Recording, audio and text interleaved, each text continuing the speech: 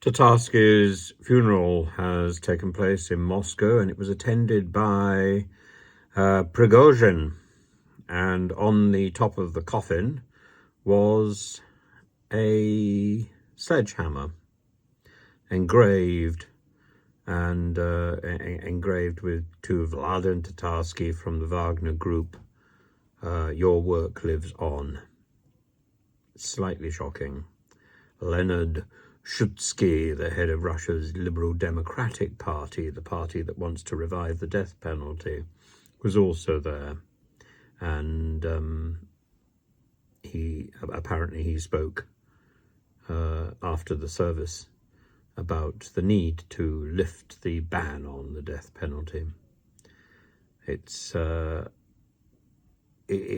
makes very worrying reading, and one fears for the future of Daria Trepova, who was the person arrested and the person who presented the bust of Tatarsky with the bomb in it.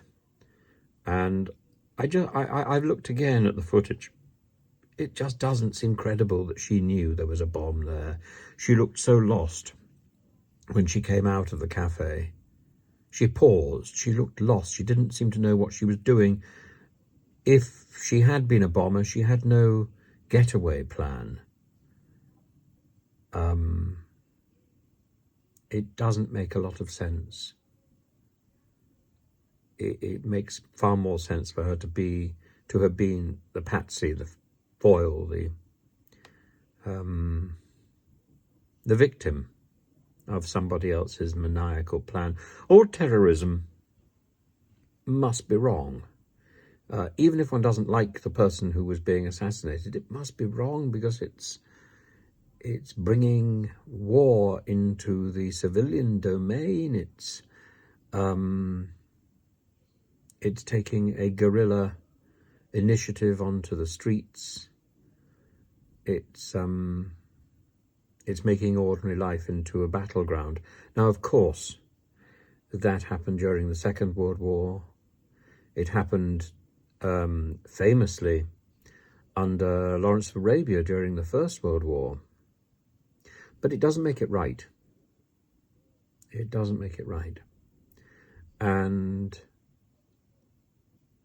I think it doesn't make it right, particularly because so many innocent non-combatants are killed. Innocent people are killed in a war anyway. Innocent soldiers are killed in a war. But to bring a war into our homes, this is what terrorism does. And terrorism, again, is about the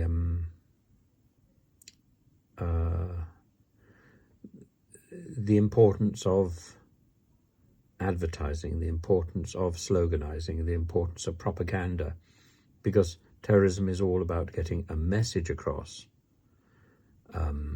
as well as inflicting as much savagery as possible.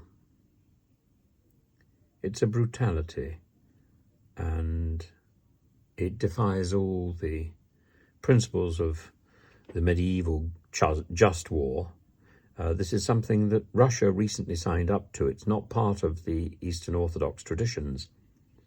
It is part of the Roman Catholic traditions, and therefore, by association, part of the Protestant traditions. It's not part of the Eastern Orthodox traditions until Kirill signed up for it in about 2000. I forget the exact date now. And the Ecumenical Patriarch in Constantinople, in Istanbul, did not sign up for it. And Mr. Putin has broken every single one of the principles of the just war. Every single principle has been broken by Putin. So he cannot claim in any way to have been fighting a just war. And one of the principles is, of course, proportionality, and not to involve non-combatants.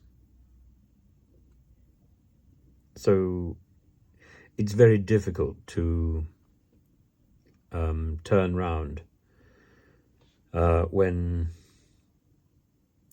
terrorism occurs on the mainland to say, well, this is absolutely abhorrent, and I share with you, Mr. Putin, your shock.